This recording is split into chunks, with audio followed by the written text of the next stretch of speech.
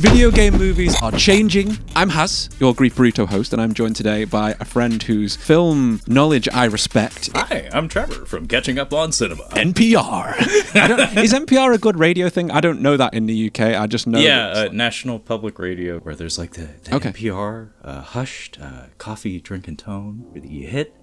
You have a nice timbre to your voice. Very high quality source of information. Okay, cool. Right. Okay, so I could be on neither aspect of that radio then, because I speak too loud and my information is barely legible. So we are here today to talk about video game movies. There's a lot of like rumor mills with game adaptations gaining popularity.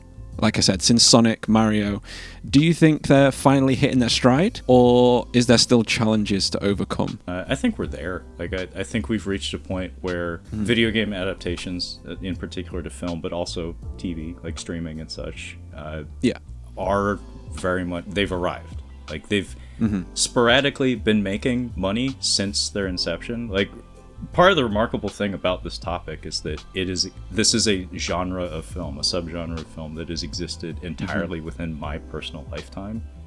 It's only 30 years old, at least in terms of like mainstream film, not animation, like live action film. It dates back to 1993, the Super Mario Brothers movie.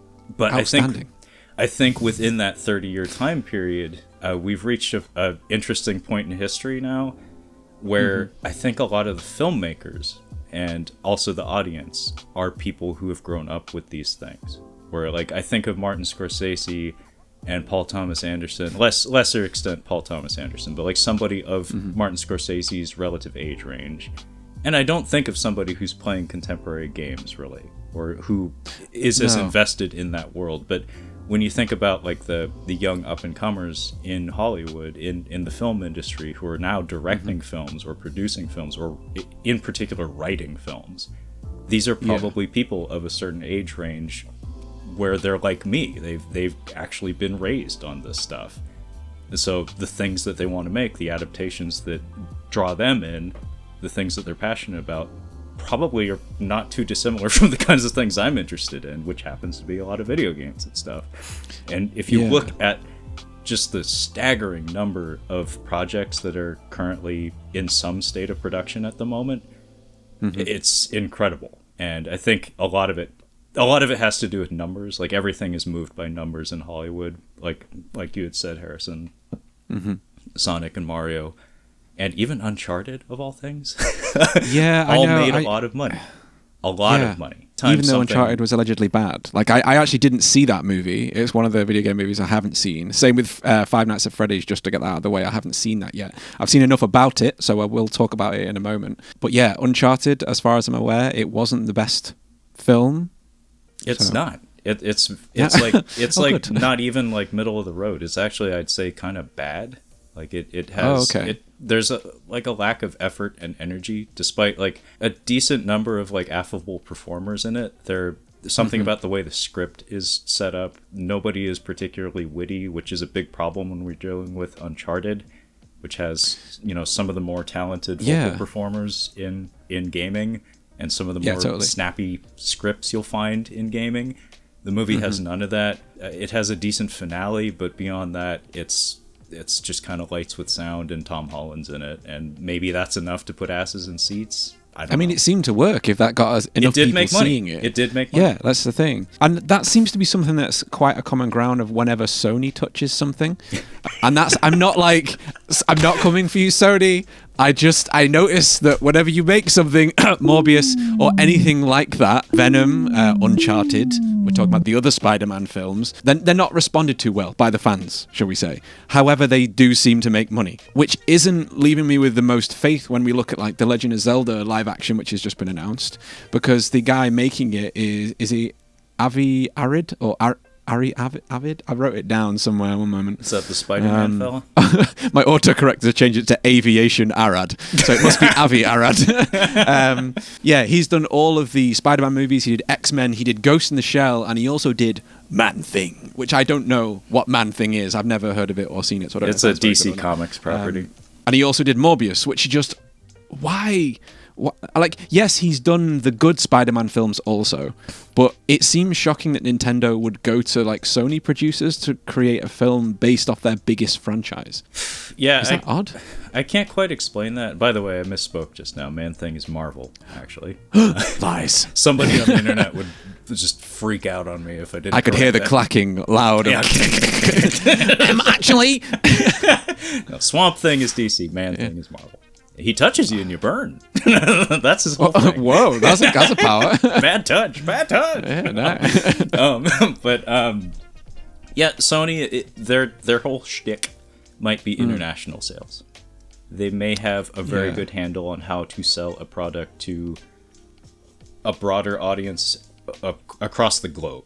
Because, I mean, we'll get to it when we get to it, I guess, but those Resident Evil movies, most of which were directed by Paul W.S. Anderson and of dubious quality, all made lots of money. A lot, like a shocking amount of money. It's bizarre, but it's one of those things that's like, you know, sometimes you don't want a super complex script if you're trying to sell it to people who don't speak the native language of said script. Like, I was just watching Alita, Battle Angel, the other day. First time I watched it, I just wanted to see it for the visual stuff and some of the storytelling, because I have an interest in like sci-fi sports stories, and that kind of touches on that a little bit. I have zero emotional attachment to the property or anything. Anyway, something I noticed with the script in that movie is that it's seemingly like intentionally bland, where it's like, we don't want any colloquialisms in this, because in translating it to other languages, it's only going to present problems. So it's like super flattened out and like super straightforward. I don't know how much money that movie made, but it definitely had the vibe of a product that was being packaged very intentionally for everybody, not just like, say, American or English speaking audience, but the entire planet. If you look at a lot of those Sony products, like you had said, Harrison, most of them are not that great, but a lot of them have made money. There must be some like secret formula that they've got going there. And by the way, if memory serves, I don't remember his name, but I'm pretty sure the Venom guy directed Uncharted. Oh God! I like Venom. The first Venom film was passable, and I understand that we're moving away from game speak into like comic like adaptations, and I do want to ask you a question on comic stuff, so we will go on to that next. I think I just think it's a very different thing. The first Venom film was okay, and I mean okay.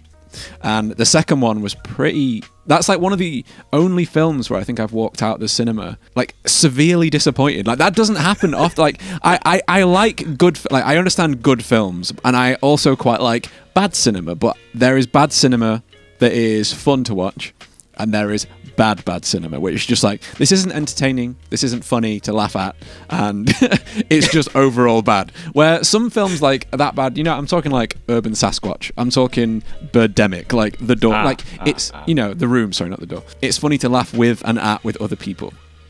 Comic book adaptions and book adaptions, novel adaptions. How do you think it differs when adapting that from doing a game adaptation? Like, what do you think is there a defining factor between the two, between the changes? To me, what's always struck me about adaptations of games and comics and stuff is the amount of like lore or embedded history that each of those IPs brings to the table. So say, for instance, a comic book character. Venom has been around since the early 90s. A very long time with a lot of history. And that's a relatively young comic book character, if we're being honest. Like, in terms of superhero comics. Like, Batman goes back to, the 30s or some shit. Wow. And that's decades upon decades of content, of stories that you can pull from, of references that you can make, of iconography that you can utilize and incorporate into your film. Yeah. With games, there are some games that have like deep lore, like say like a FromSoft game or something, or a Five Nights at Freddy's, which is something that I have no insight into whatsoever, but I do know that the wiki page for that particular franchise is incredibly deep. There's a lot of fanatics for that particular franchise. But like back in the day, it's like you didn't have that many games that had that much like story lore like going into it. A lot of it was based on the gameplay loop. A lot of it was based on the things that you do and the things that you see. So like a Mario game, it's like, yeah, there is a story. Very little of it was fleshed out until much later, but it's like there's iconography in terms of like a handful of characters that are present in multiple games.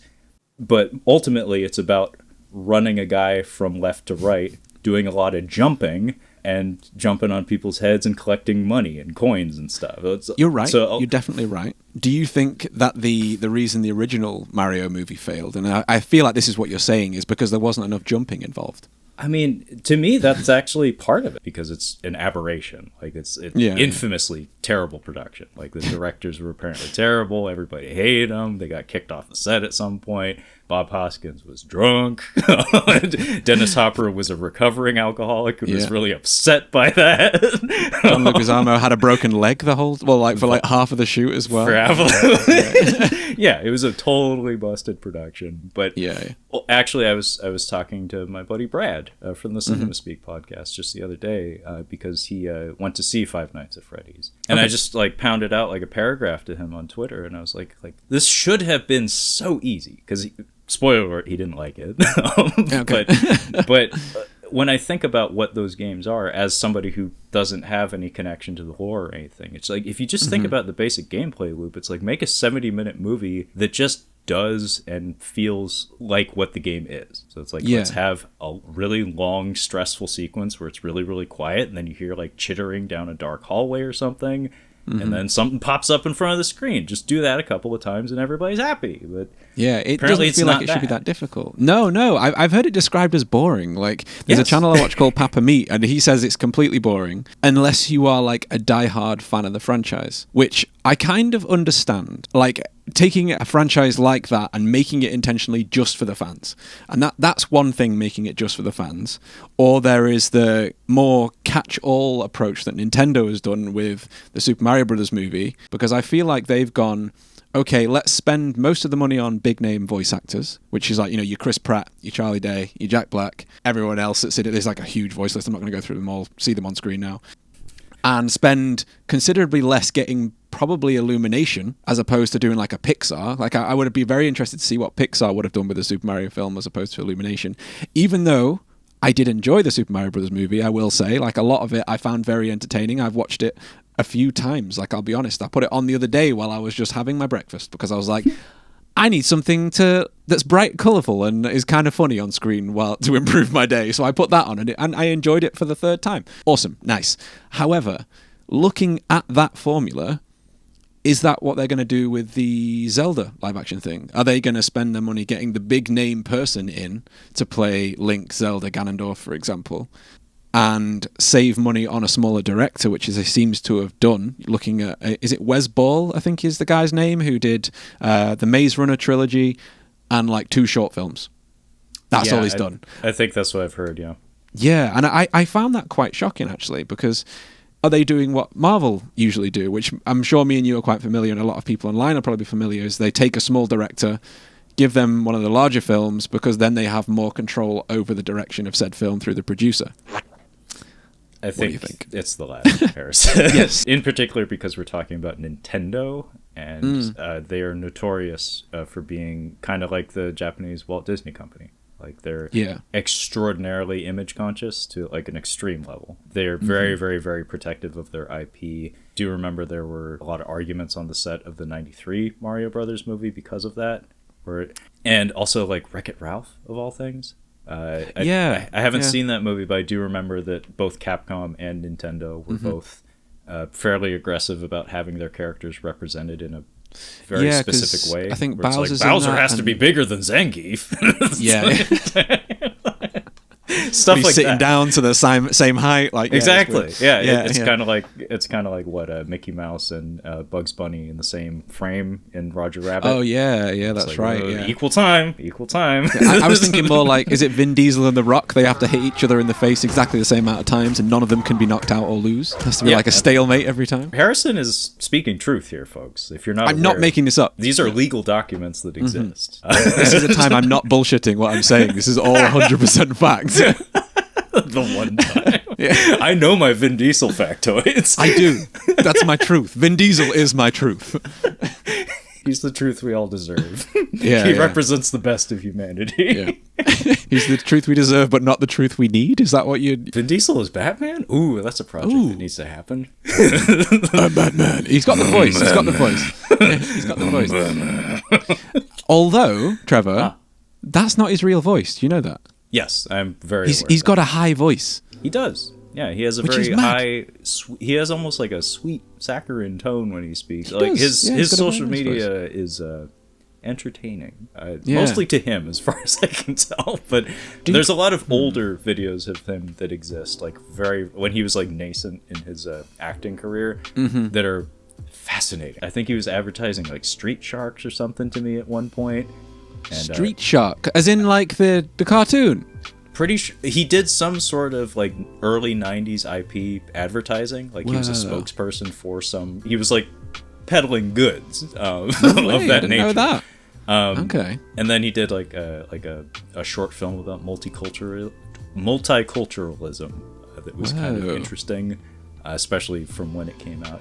Interesting guy. I don't know if he's a talented actor. He may have been at one point, as tends to be the case with a lot of entities in Hollywood, but interesting fellow. Are you saying that he doesn't get the emotions flowing when he says "I am Groot" or the Iron Giant things he says? I can't remember a single line from the Iron Giant.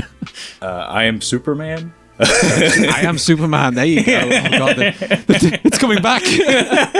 And lots of Hogarth, I think. Yeah, Hogarth. Where were we? I don't know. It's something about games or some shit. Oh, yeah. Do you think it's more important to stay true to the games themselves, or do you think it's better to take creative liberties to enhance the cinematic experience, like to differentiate the two? Writing is one of the more difficult things and more important things in the film industry, and I feel like we're only now just getting to a point where like quality writing that has dimensionality and some sort of storytelling agenda like that's trying to achieve with its narrative. I think we're only just getting to a point where like that's feasible for video game projects. We nearly didn't until this week, since that SAG-AFTRA thing ended. We might have had everything written by AI until last week. I mean, still on the table for a future date, presumably, but yeah, that was a big get. So congratulations. Yeah. That was scary. But it was. But yeah, I mean, with things like The Last of Us dropping on HBO or Max as it's called now. What is it just Max? In the States it's Max. I don't know if they retain the HBO branding abroad, and I don't understand why. That CEO, David Zaslav, has been making some questionable decisions. That's a crazy last name. Anyway, like The Last of Us I think is a big leap forward because it represents like long form video game story that actually is focused on telling a story rather than being fan service. Like it's not simply product. It actually has a bigger agenda. Like it's trying to accomplish more with the way it's written and the way it's presented. And for my part, I did think it did it very well. I haven't played the second game. I've had it all spoiled for me, so I know what happens in it. But I'm very, very familiar with that first game, though. Played it through at least twice. And I thought the show was its own thing to a degree. And I thought the writing was exceptional. I thought, in particular, the filmmaking, like the direction of it was. And the visual style, the tone of the entire thing, the world building was pretty outstanding, to be honest. Like, I'm not going to say it was an easier franchise to turn into a cinematic experience because nothing's easy to translate from a game, but that particular game franchise, at least, is more movie-like, I would say. Yes. But the way that it was done, like the artistic liberties that they took and just how it was all shot, obviously it was the guy who did Chernobyl. Every scene was literally a painting. Like the production design, the lighting design, everything was absolutely wonderful. And yeah, they focused on the story. They focused on actually progressing it and filling in bits that you didn't know from the game for like other characters that happened differently, which I thought was a great way to do it. I feel like that is representative of potentially what we have in store for us in the future.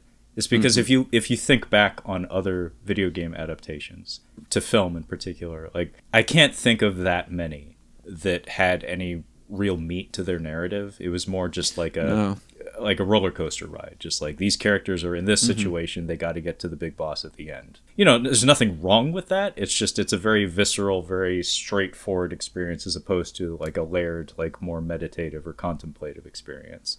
Yeah. And I think that agree. now that the Band-Aid's been ripped off, it's like, now we can actually kind of explore that a bit more. Maybe. We'll see. I mean, I feel like we have a very mixed bag ahead of us. I've been hearing that the Twisted Metal show is not as bad as it looked. Yes, I heard about it. But I agree. It's not bad. It did look really bad. Fallout, I have no idea what that's going to be, but that is going to be a show. That's an Amazon. I think you're right, but I don't know anything about it. I've largely been divorced from the Fallout property since like Fallout 2, if I'm being honest. Oh, like, wow. Okay, I love Fallout 1 and 2, but beyond that, I've heard New Vegas is brilliant, but I haven't played it myself. That's the favorite, it seems. Yeah, that seems to be a lot of people's favorite. And how was the Halo show? I didn't catch that. Ryan from Kidnapped by Wizards and I did an episode on that. We were surprised. We were actually quite surprised. Me and my dad watched it as well because he's a big Halo fan. We enjoyed it from a viewpoint of people who like the franchise anyway. Now, I don't know if it was because we were enthralled by Master Chief in big armor, like, oh, look at that man. It's military stuff. It's kind of cool, that kind of stuff. And we like our sci-fi, so we were open to that. My main interest in it was almost watching it by proxy through the eyes of my girlfriend, who has no knowledge of the Halo franchise whatsoever, and she absolutely loved it. She cannot wait for the second series because she literally knows nothing and was introduced to Master Chief and Cortana and everything like that. I'm not going to say it's perfect because there are definite issues. The first thing,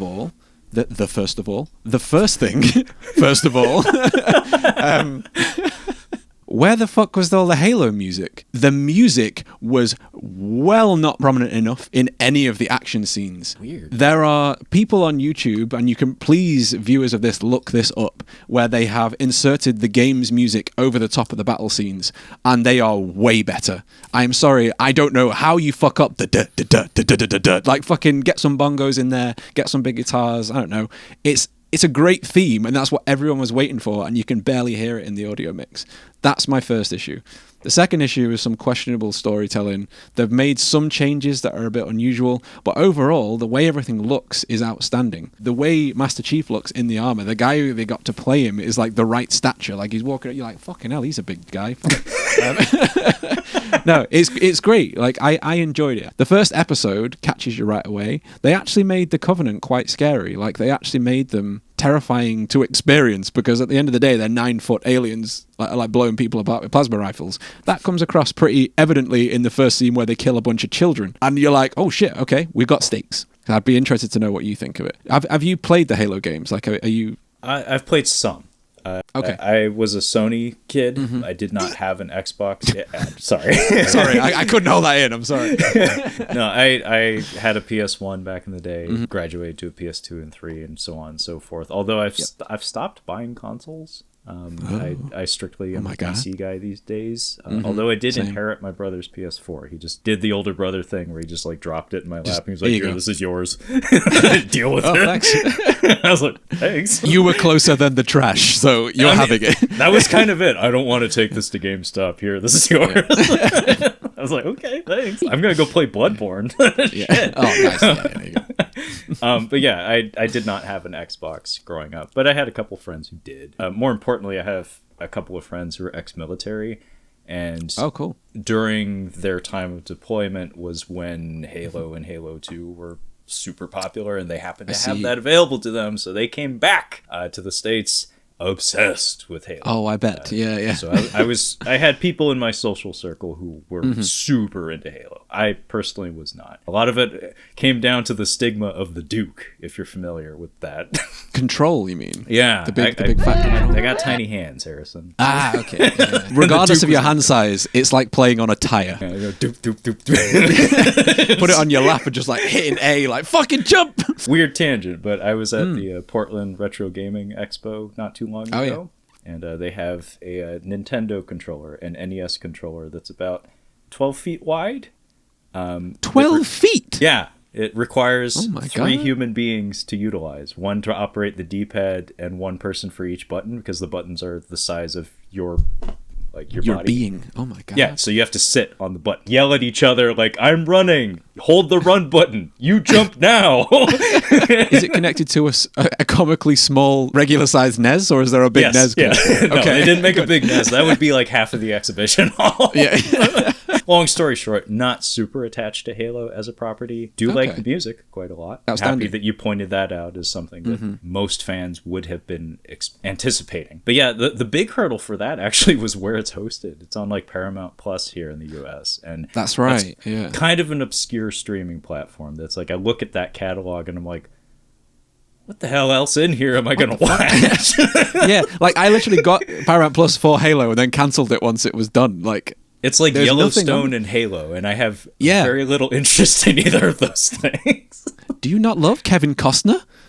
No, I'm from the West me Coast, Harrison. I'm not from the middle of the country. I did.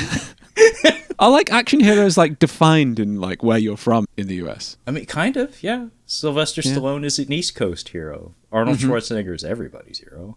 He's Kevin everyone's Costner, I would say he is baseball dad. Like that, he's baseball Okay. dad. And when I think baseball dad, I think the middle. Like The middle, like yeah. the Where everyone middle. goes, oh, when they bump into you, that kind of thing. Yeah, the very yeah. polite people, but like the middle and the south, cowboy shit, you know. But West Coast is like, who do we got? Keanu Reeves. Yeah, it seems like you have got him. I mean, he's doing all right. He's not too bad. Everybody loves Keanu, but I don't know. Like as far as like Pacific Northwest, like my region, I don't know who we have as for like John Corbett, the don't even know who dad, that is. like the husband from My Big Fat Greek Wedding. Oh, him. Right, okay. I know him like... The Applebee's guy. He does the Applebee's commercial. He sounds like he's smiling when he talks. That's why he advertises hot wings. He's like, hey, Applebee's. Yeah, come to Applebee's. Marry a Greek lady. Have a great life and be in 3 sequels to a property nobody asked for sequels to. I don't even know if I can keep that in the episodes. It sounds like you're doing like some kind of special needs voice. Look him up. He sounds like that. I'm going to insert that in here, and if that is not the same... Only at Applebee's. Oh, no, I'm leaving them both in regardless. I exist to be humiliated online, Harrison. Don't we all? But Halo sounds pretty snazzy. Interesting too that you said the girlfriend, your girlfriend, got hooked, having no foreknowledge of anything. That was her jumping in point. Because same thing kind of happened to my girlfriend watching The Last of Us. She's never played those games. She's never watched me play those games even. But she loved that. Although the way that show is structured, it could be that it's like, it doesn't matter that it's what the IP is. It's just she just likes the story and the characters. Yeah, It's completely that's the divorced thing. Yeah. from where it came from. It's just like, this is just a good product. But that even the game was heralded like that, wasn't it? Everyone was like, the storytelling in this game is masterful. Regardless of whether you're watching it as a series or a game, read it in a book, or a fucking stage play, whatever you want. I don't know. It would still be a good story. And like that's like one of the reasons I've always brought up like the Karen Travis Halo series of books is because those books are really good books. They would be great character stories whether it's in the Halo universe or not. And I think that's where a lot of it is. It's a thin line to walk with game franchises. Like a lot of them, the story is more supplemental to the mechanics of the game. And I think games like, if you think of like Sonic, like the film of Sonic, I don't know if you've seen that yet. Again, would kind of recommend that. Did enjoy it. Did an episode with Ross remind us of that reference about both the Sonic films. That game took one emotional beat and ran with it, if you excuse the pun. Gotta go fast. We're going to be lonely and then we're going to go fast. That was literally it. Sonic was lonely, and by the end of the movie, we want him to be less lonely. That is literally it's a story of running away from your loneliness. Exactly. That's See, it. layers. Yeah, layers. Yeah, building up. And then the second one, what is it about? He's now not lonely, but he's still lonely. Sonic 2. Yeah. the lonerling. Oh, whatever you want to call it. So Sonic 2 still lonely. So and that's literally what it is. Like that's how these game franchises have got around lacking some form of narrative at the end of the day. Like the Mario movie, I mean I'm talking about the new one now, not the old one. Who knows what the narrative was in the first one? Don't know. In the new one, at least, it's standing up to the big bad guy, to the big bad guy. It doesn't matter how small you are, have a dream and stand up. Like that's literally what it is when you boil it down. So I think you need to boil it down to what's like the core concept, and having that nugget of the concept, like The Last of Us, which again, I think I might actually be loneliness again. Does loneliness make good games? Is that what it is? You're playing a game alone, be lonely. Is that what we're discovering? So you're telling me that every video game adaptation is about loneliness and every horror movie is about trauma? I think so. I feel like there's some crossover here. I'm going to have a thinking biscuit. Okay, well, I'll riff for a bit. Or I'll let you crunch into the mic. That's probably better. That's what the people pay for. People thought I was all done with biscuits after that biscuit episode. How wrong. That's a lot of biscuits, man. Let's drink some water in between, Jesus. Yeah, that's why I've got my comically large Sports Director mug. Like 3 cups of tea in one mug. I have my antiquated YouTube channel mug. Nice.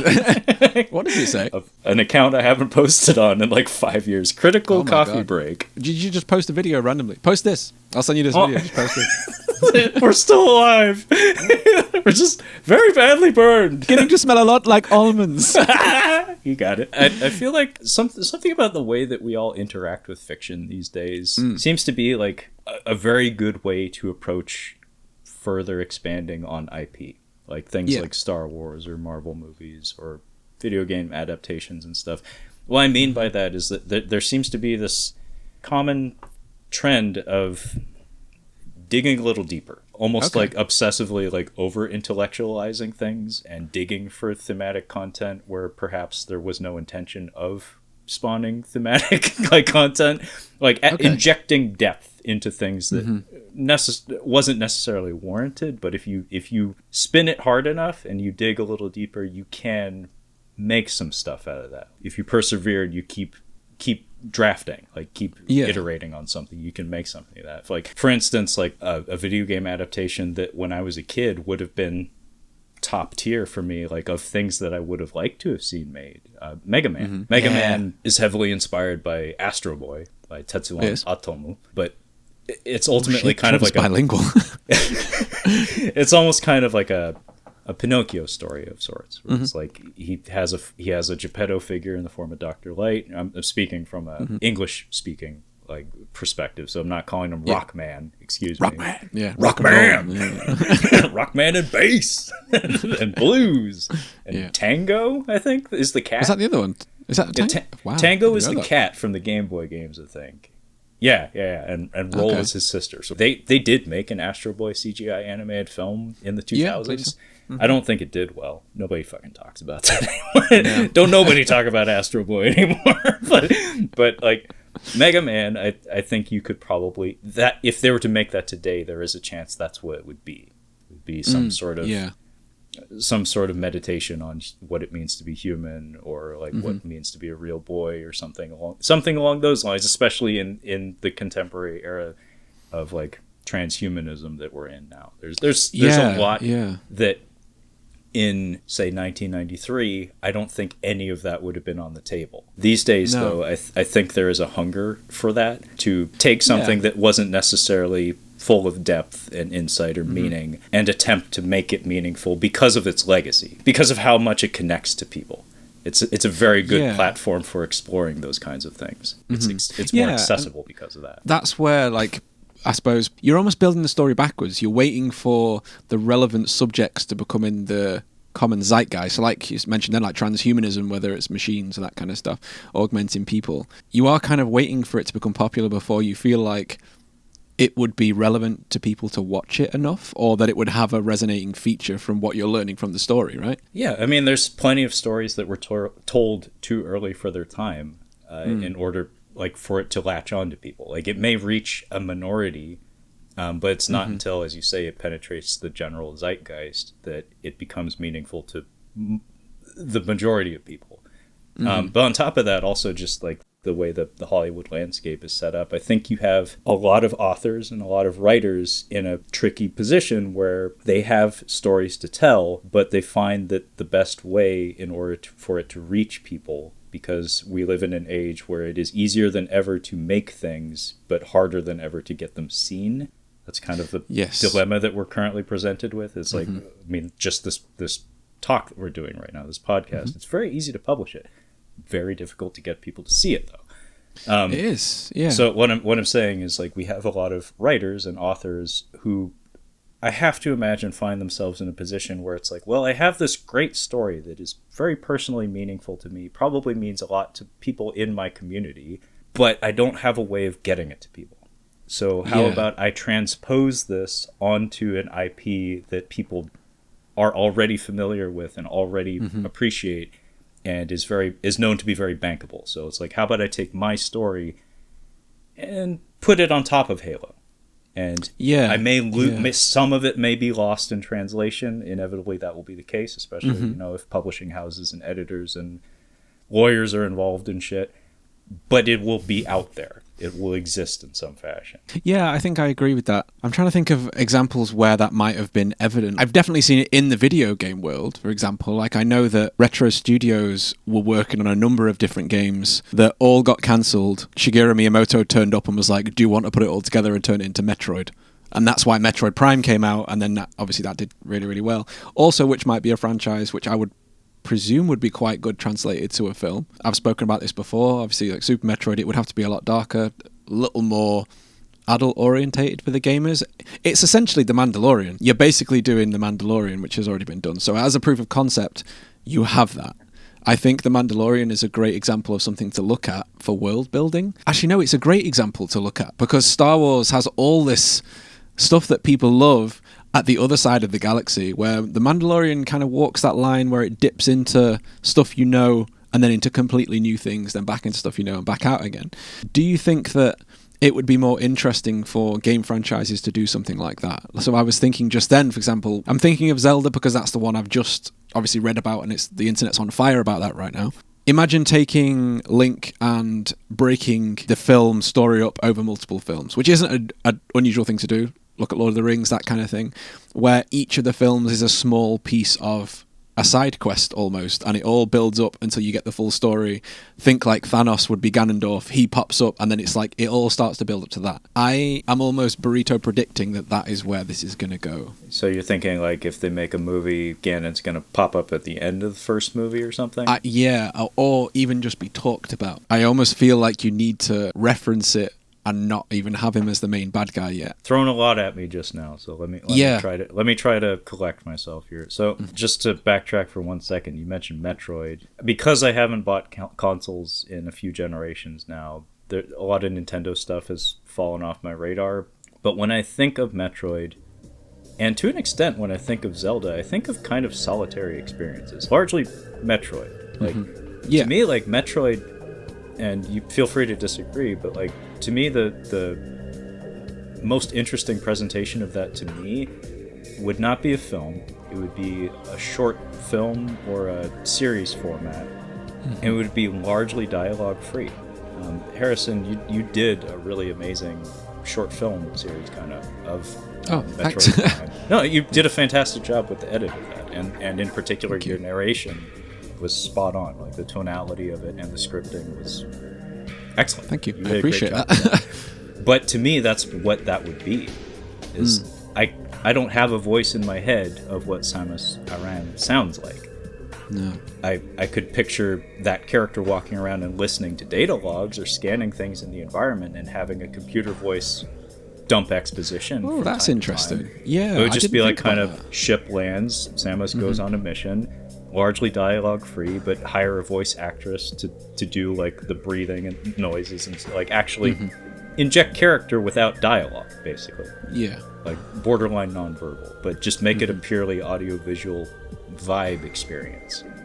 And to me, that's Metroid. Is playing that NES game when I was a kid. It was an intensely lonely and kind of scary experience. It is. This is something that I think it was me and my brother were discussing this. Like to do a Metroid film, I don't think would work. I think it would, like you said, it would have to be a series. It'd have to be a multiple part thing because there's so much to experience. Otherwise, you're dipping to all these different parts of this planet, and then you don't feel like you learn enough about the planet itself that Samus would be exploring. But I never thought about doing it with audio logs. I never even thought about like an AI character in there that would be almost narrating it. But I definitely think you need to build the tone and the music and the environment and the creatures. There's so much more to it than just what Samus is doing.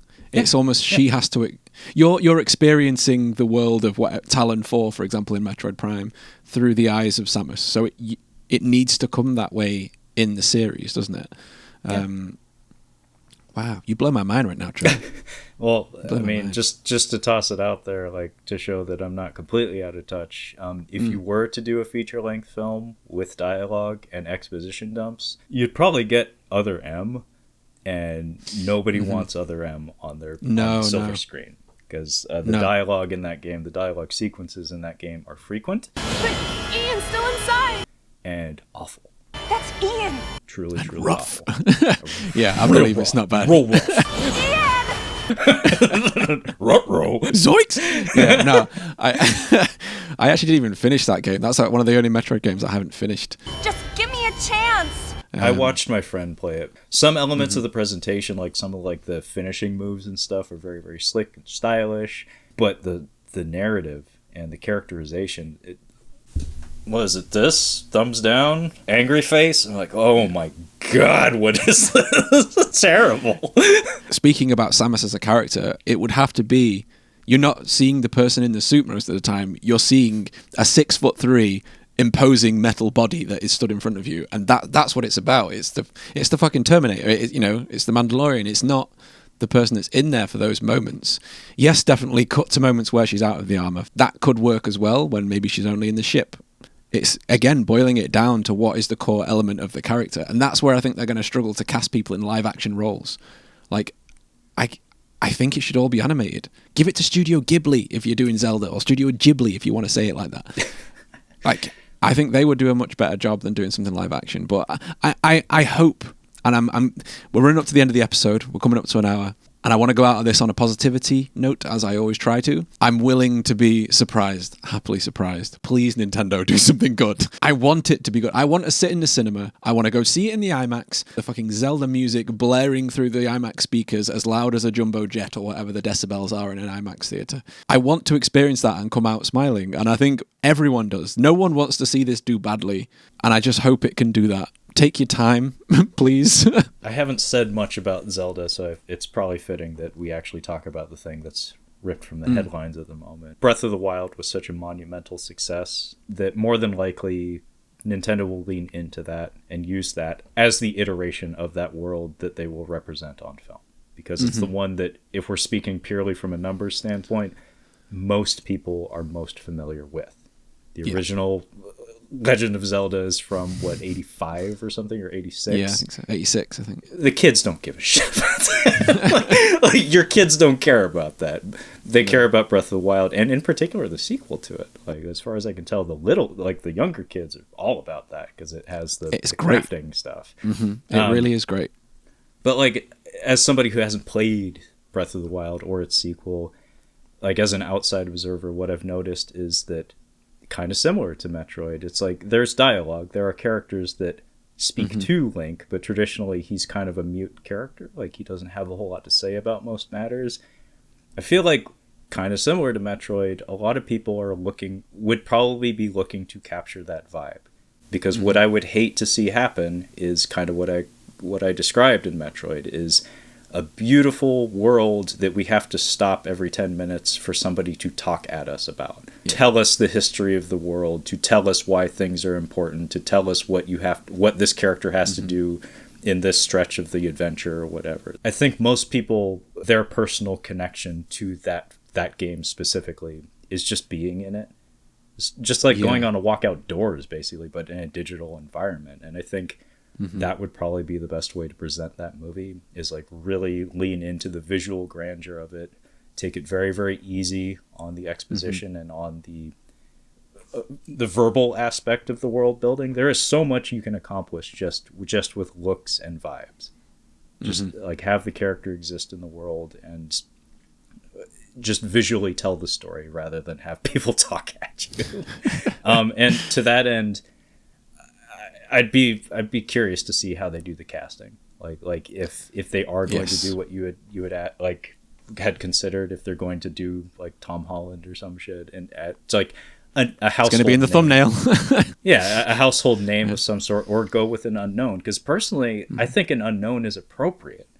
Yeah, because Link is such a cipher. He's a stand-in for the player in most cases. He doesn't talk. Like, he has a personality in his like battle cries and like his appearance and stuff.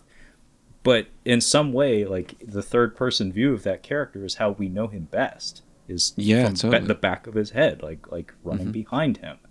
So I wouldn't be opposed to just like Japanese studio, so they'll probably cast some absolutely beautiful human being that's like some bimbo that doesn't talk good. No. Well, like, I mean, don't speak. You're not here for that. Turn around, face away. No, like, I think Nintendo should be brave. Cast someone who's actually mute. Cast a mute in real life. That would be, I mean, do it. Really, I mean, if there's no dialogue for the character, like if there's nothing in the script for them, then you absolutely could, and nobody would cry foul. It's like, it's appropriate. Like, exactly. Talk. It's giving someone who would usually be. It's just his character. Exactly. Yeah. It's like when a lot of times when people have cast people with disabilities in series who don't have that disability, if you know what I mean. It almost feels like they're taking advantage of that role. This is the perfect opportunity to give an actor who is a non-verbal actor the opportunity to actually be in a franchise. And I think that would be really interesting. Would it work? I don't know. Try it. Just to backtrack for a second, like you mentioned Studio Ghibli. I don't know if they're too highbrow or too proud to take it on, but I have been noticing a lot of Japanese companies are kind of like circling the wagons and kind of partnering up as of late. Like in the past decade or so, there's a lot of media groups in particular that never rub shoulders with each other, never talk to each other or work together on projects that are doing that now. You're seeing a lot more multiverse bullshit. Everything is multiverses now. I hate this shit. Everything is wrestling, Harrison. I haven't said that on this podcast, but everything is wrestling. This is the brand merger. This is when WCW and WWF became one. Same thing. Two snakes facing each other, but they're one. If you get the reference. I don't, but I will laugh like I did for you. It's from Conan the Barbarian. Great film. So great film. I haven't seen. I think I don't know. I've seen a bit. I don't think I've seen it. I've seen a bit of it. I will watch it for you. Now, see, Harrison, if I had said it, two snakes facing each other. Oh yeah, I would have got that. Now you get it. See, I get it right away. Two snakes facing each other. Two snakes facing each other. Two snakes what? But yeah, to complete the thought, Studio Ghibli and Nintendo are in totally different industries, although there's kind of potential for Nintendo to maybe move into the animation industry or something. Yeah. But it would be interesting to see a partnership like that, like a mutual collaboration of sorts, where it's like, hey, you want to take our Zelda and make us a film? Could happen. I mean, gaming and Ghibli have crossed over before, correct? There was a couple of games, right? Oh God, what's it called? My girlfriend has them, and I can't remember their names.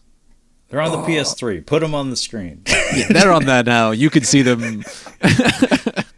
But yeah, they have worked with the gaming industry before, but that was for games, not for film. Not the way and around, I think they did cutscenes for those games, if memory serves. They did, yeah. The cutscenes were all done animated, as from what I saw anyway, because I did watch Helen play some of those games. So there is precedent, and I think that studio brand, especially to like casual animation fans here in the U.S. and the West, I think that's what a lot of people picture when they would think of what like Breath of the Wild would be represented as. It's like lush, definitely forest visuals, lots of verdant greens and stuff. It's kind of their brand.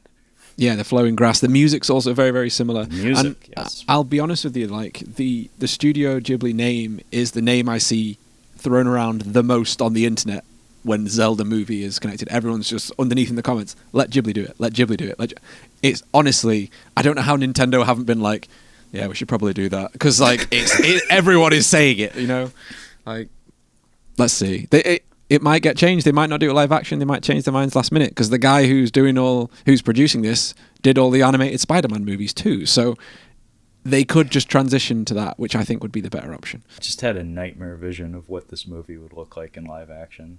Just picturing Link with a rucksack, like just walking down a dirt road into like a shitty village set, like barely a set, just like Hercules, the legendary journeys or whatever.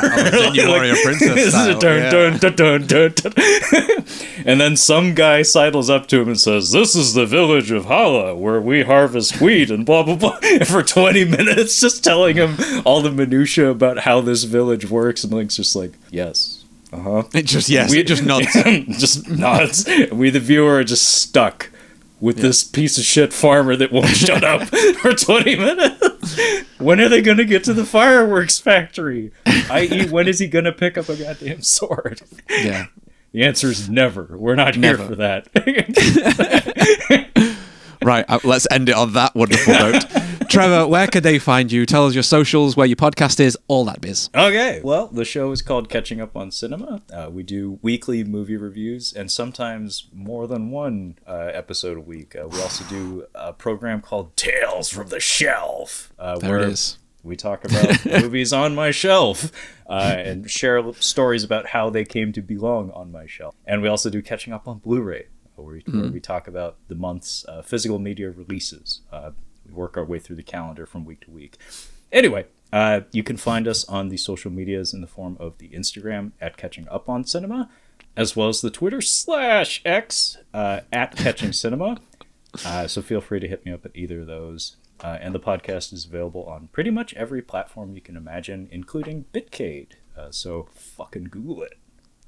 You're so smooth at that. Also, with the whole Twitter and X thing, they need to do it like Prince, the platform formerly known as Twitter or something. I think we'll get there eventually. I think so too. That seems like it's bound to happen. Also, this is the first time you've been on the show, isn't it? And I'm very glad we've finally put this together because it's taken a while to get you on the show. Yeah, fucking for real. Jeez. Yeah, I know. We've known each other for so long. It's been a minute. Jeez. I know. I'm sorry. I needed the perfect excuse, and this was it.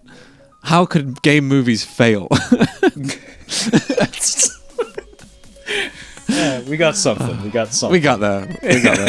And you can find me at HasWild everywhere. You can find the podcast at Grief Burrito everywhere. Leave us a review and make sure to subscribe over to Trevor's channel as well because it's absolutely outstanding. It's a never miss podcast on my weekly retainer. If he's doing 3 episodes a week, which is just putting a lot of us to shame. Yes, we'll see you on the next episode. Thank you, Trevor. You're welcome. Thank you. Yes. Goodbye. Bye. Bye.